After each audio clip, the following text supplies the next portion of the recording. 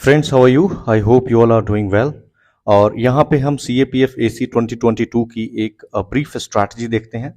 और इसमें मैं बताऊंगा दोनों ही पेपर्स के बारे में। सो थोड़ा सा पेशेंस रखेंगे आप। अगर अभी आपके पास टाइम नहीं है, कहीं ऐसी जगह पे हैं, तो please do not watch it, क्योंकि अगर पूरा नहीं देखेंगे, स्किप करेंगे, then you will not be able to find out the substance which I will be talking about. So दोनों पेपर को देखेंगे and I will try to be bilingual, ताकि जो भी नॉन हिंदी स्टेट्स से हैं थोड़ा उनको भी समझ में आए। This is an introduction about me. I am Deepak Kumar Singh and I got 158 rank in CAPF AC exam 2018.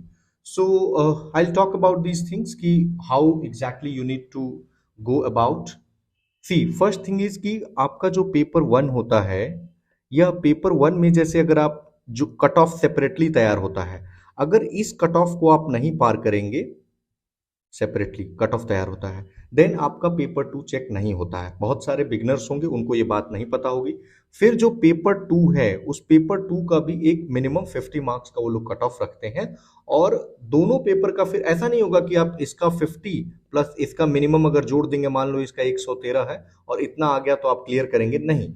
उसके बाद से आपका कट ऑफ तैयार होता है जो इससे हायर ही होता है। पहला पॉइंट नंबर ये समझ गए, राइट। एक और बता दूं बात कि अगर आप मान लीजिए कि सीएपीएफ में फाइनल सिलेक्शन आपका हो जाता है, कोई भी आपको रैंक मिलती है, तो आपका एज बचा भी रहेगा तब भी आप अटेम्प्ट नहीं दे पाएंगे, ये रूल है। और जैसे ही आप रिटन एग्जामिनेशन पास होंगे, तो ये आपके पास एक लेटर जो आएगा कि पीईटी के लिए फिजिकल एफिशिएंसी टेस्ट, उसमें ये बात साफ साफ लिखा रहता है। सो चलिए हम पहले अपना शुरू करते हैं कि हाउ एग्जैक्टली आपको करना क्या है। हम पेपर वन से शुरू करते हैं। प्लीज आप ध्यान से सुनेंगे, बहुत टाइम नहीं होगा कि मैं बार बार वीडियो बना पाऊंगा, तो आप लोग प्लीज ध्यान से सुन लीजिए। पहली चीज है कि there is no alternative to NCERT books for CAPF, specially जो उसका बॉक्स है उसमें से क्वेश्चंस बहुत पूछे जाते हैं। और मैं देखता हूं कि वर्बेटिम, मतलब क्वेश्चंस उठा करके हु बहू पूछ दिए जाते हैं। तो पहला काम आप ये कर लेंगे, ठीक है। नाउ जो सेकंड काम आप करेंगे वो ये है कि सिलेबस देखेंगे और प्रीवियस ईयर क्वेश्चन पेपर्स। और प्रीवियस ईयर क्वेश्चन पेपर किसका? सीएपीएफ एसी, जितना पीछे जा सके। दूसरा यूपीएससी सीएससी, आपके पास जितना टाइम होगा उतना कर लीजिएगा, ठीक है। एनडीए 1 एंड 2 और सीडीएस, इनको तो मैं कहूंगा रट जाइए। मतलब समझिए कि आप 70% गेम यहीं से जीत जाएंगे। अगर आपने ये कर लिया तो बहुत काम आपका आसान हो जाएगा, ठीक है। तो इतना आप कर लीजिए। जो जनरल साइंस की बात आती है, तो जनरल साइंस को लूसेंट पढ़ लीजिए। और अगर आपको क्वेश्चन बनाना है, लूसेंट की जनरल साइंस आती है, अगर उतना टाइम नहीं है तो लूसेंट जो जीके में साइंस आता है आप उसको पढ़ लीजिए। और घटना चक्र का सिर्फ क्वेश्चंस देख लीजिएगा, ठीक है। नंबर 4, अगर हम बात करें ज्योग्राफी की, तो उसमें एनसीईआरटी तो हमने कही दिया, वो सारे सब्जेक्ट्स के लिए आप कर लेंगे। अगर एनसीईआरटी मान लीजिए आप नहीं कर पा रहे किसी कारणवश, तो मृणाल सर पे आर सोलंकी मैम है, तो मृणाल सर के चैनल पे, तो वहां पे आप जा करके ना, उन्होंने बहुत अच्छे वीडियोस बनाए हैं, तो आप उसको फॉलो कर लेंगे तो आपका काम बहुत हद तक आसान हो जाएगा, ठीक है। अब जैसे पॉलिटी है, तो पॉलिटी में कुछ सेलेक्टेड चैप्टर्स जो है एम लक्ष्मीकांत का आप पढ़ लेंगे, ठीक है। अब ये ऐसा बुक है कि एनसीईआरटी एक बार पढ़ करके और उसको छोड़ दिए होंगे, फिर एम लक्ष्मीकांत केवल रिवीजन कर लेंगे, काफी है। और वो भी सारे चैप्टर्स करेंगे तो बहुत ज्यादा हो जाएगा। हिस्ट्री के लिए खासकर अगर हम मॉडर्न की बात करें, मॉडर्न का, तो आप वही स्पेक्ट्रम पढ़ेंगे। बेसिकली अगर आप यूपीएससी एस्पिरेंट हैं सीएससी का, तो आपने अगर प्रीलिम्स की तैयारी करी है तो आपको ज्यादा फिर हेडेक नहीं होने वाला है। You will be able to solve all these things. And seventh पे अगर एंशियंट और मिडीवियल की बात करें, तो आप तमिलनाडु का जो किताब आता है उसको या फिर एनसीईआरटी को कर सकते हैं। अगेन मोटा मोटा एक इन्वायरमेंट का सेक्शन रह जाता है और कुछ कुछ क्वेश्चन सिक्योरिटी से आ जाते हैं। तो वो इन्वायरमेंट वाले पे आप चाहें तो शंकर की कुछ selected chapters based on the previous year आप देख, इतना तो मेहनत कीजिए ना, या फिर पीएमएफ का, इन दोनों का आप देख सकते हैं, ठीक है। और कभी कभी सिक्योरिटी के कुछ क्वेश्चंस पूछ लिए जाते हैं तो उनको आप कर लीजिएगा। एक और हमारा सेक्शन बचता है क्वांट का। देखिए क्वांट के लिए मुझे लगता है या तो आप पाथफाइंडर के साथ जाइए, या आप आर एस अग्रवाल के साथ जा सकते हैं। I am sure you must have done all these things, बस आपको इनको रिवीजन करना है। और रिवीजन में अगर सबसे पहली अगर कहीं प्राथमिकता देनी है तो number 1 should be this one and number 2 should be this one, और इसमें भी नंबर 1 इसको प्राथमिकता देना है, ठीक है। तो ये है मोटा मोटा हमारा कि आपको what exactly you need to follow. Now coming to paper 2, ये बहुत ही इंपॉर्टेंट सेक्शन है। यहाँ पे लोगों का स्कोर नहीं हो पाता है, मैं बताता हूँ कारण क्या है, why people are not able to score. चलिए कलर चेंज कर देते हैं। नाउ पेपर 2 में जो सबसे पहला चीज है वो मुझे लगता है थिंकिंग, यूं कहें पॉन्डरिंग, ये आपको करना है। अब मैं बताता हूं कि आगे चल करके इसको इसके दूसरा काम आपको करना है। जब एक बार आपने थिंकिंग कर लिया, पॉन्डरिंग कर लिया और स्ट्रक्चरिंग अपने माइंड में ही, तो आपको राइटिंग प्रैक्टिस करनी है। और राइटिंग प्रैक्टिस कहां से करनी है, ये आपके मन में एक डाउट आएगा, तो अगेन PYQ का, ठीक है। ये सबसे महत्वपूर्ण काम है पेपर 2 का, पूरा पेपर 2 इसी पे आधारित है।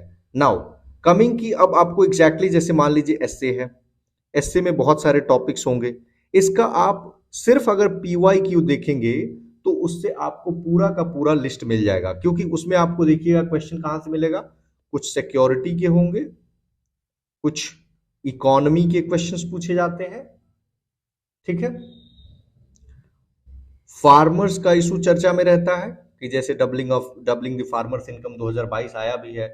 विमेन पे आप तैयार कर लीजिएगा, डेमोक्रेसी, इस तरह के टॉपिक्स, ह्यूमन राइट्स, इस तरह के टॉपिक्स आप अगर प्रीवियस ईयर देखेंगे तो मोटा मोटा जो कोई मतलब बार बार पूछा गया है, केवल उसको भी अगर आप तैयार कर लेते हैं तो आपका काम हो जाएगा, right. Now coming to comprehension and precis, इन दोनों को हम एक साथ रखते हैं, comprehension and precis, precis writing. इसमें आपको क्या करना है बेसिकली, देखिए इसमें do not reproduce the lines या फ्रेज, ये गलती नहीं करनी है। कई लोग हू बहू उठा करके रख देते हैं, वो नहीं लिखना है। बेसिकली आपको क्रक्स लिखना होता है, और क्रक्स भी कैसे लिखना होता है, अपने वर्ड्स में लिखना होता है, ओन वर्ड्स में लिखेंगे तभी आपको जाकर के मार्क्स मिलेंगे, लेकिन नॉट योर ओन ओपिनियन या नॉलेज, क्योंकि ये पैसेज पे बेस्ड है ना, राइट। तो पैसेज पे बेस्ड है तो आप अपना ओपिनियन या नॉलेज का यूज नहीं करेंगे, हु बहू लाइन को नहीं उठाएंगे, क्रक्स लिखना है, अपने शब्दों में लिखना है, और अलग से कुछ मत उसमें इंक्लूड किए जाएगा कीजिएगा। One section is grammar, English grammar. देखिए इसका मैं मानता हूं कि आप टॉपिक्स को सर्च कीजिए यूट्यूब पे और आपको मिल जाएगा मटेरियल, या आप रेन एंड मार्टिन का किताब पढ़ सकते हैं, ठीक है। इतना हो गया। और PYQ को भी सॉल्व कर लीजिएगा, तो वहां से भी बहुत सारी चीजें आपको मिल जाएंगी। एक होता है डिबेट, ठीक है। डिबेट में आप जो सांसद टीवी है ना उसको सुनिए कि वो लोग कैसे अपनी ओपिनियन को रखते हैं, और यहाँ थिंकिंग और जो पॉन्डर मैंने कहा ना वो बहुत काम आएगा। जो फर्स्ट आपका पैराग्राफ होगा उसमें आप लिखेंगे फॉर द मोशन, ये गलती मत कीजिएगा पहले में ही अगेंस्ट द मोशन लिखना शुरू कर दिया। और जो दूसरा पैराग्राफ होगा उसमें आप लिखेंगे अगेंस्ट द मोशन, ठीक है। For the motion, against the motion, इस तरह से करके आप लिख देंगे। और बाकी बचा एक आपका रिपोर्ट राइटिंग, तो रिपोर्ट राइटिंग में कुछ नहीं करना है, आप बस उसका सैंपल देख लीजिएगा कि लिखना कैसे है, और आप बहुत आसानी से इसको लिख सकते हैं। नाउ टाइम का एलोकेशन जो है ना एक फैक्टर होता है, टाइम मैनेजमेंट, तो सब में आप प्रैक्टिस जरूर कीजिए घर पे, अभी टाइम है तो ये प्रैक्टिस से ही आएगा। और फिर अभी ही एलोकेट कर लीजिए कि कैसे आपको टाइम किस सेक्शन पे कितना देना है, ये सबके लिए अलग अलग होगा। तो फ्रेंड्स मुझे लगता है कि ओवरऑल मैंने बात कर दी है कि आपको क्या करना है, क्या पढ़ना है, क्या नहीं पढ़ना है। उसके बाद आपका जैसे ही ये क्वालिफाई करेंगे आपका PET होगा, और उसके अगले दिन आपका मेडिकल हो जाता है, और उसके बाद UPSC जो है आपको इंटरव्यू का कॉल देता है। और इंटरव्यू की अगर हम थोड़ा सा बात उसका भी कर ही लेते हैं।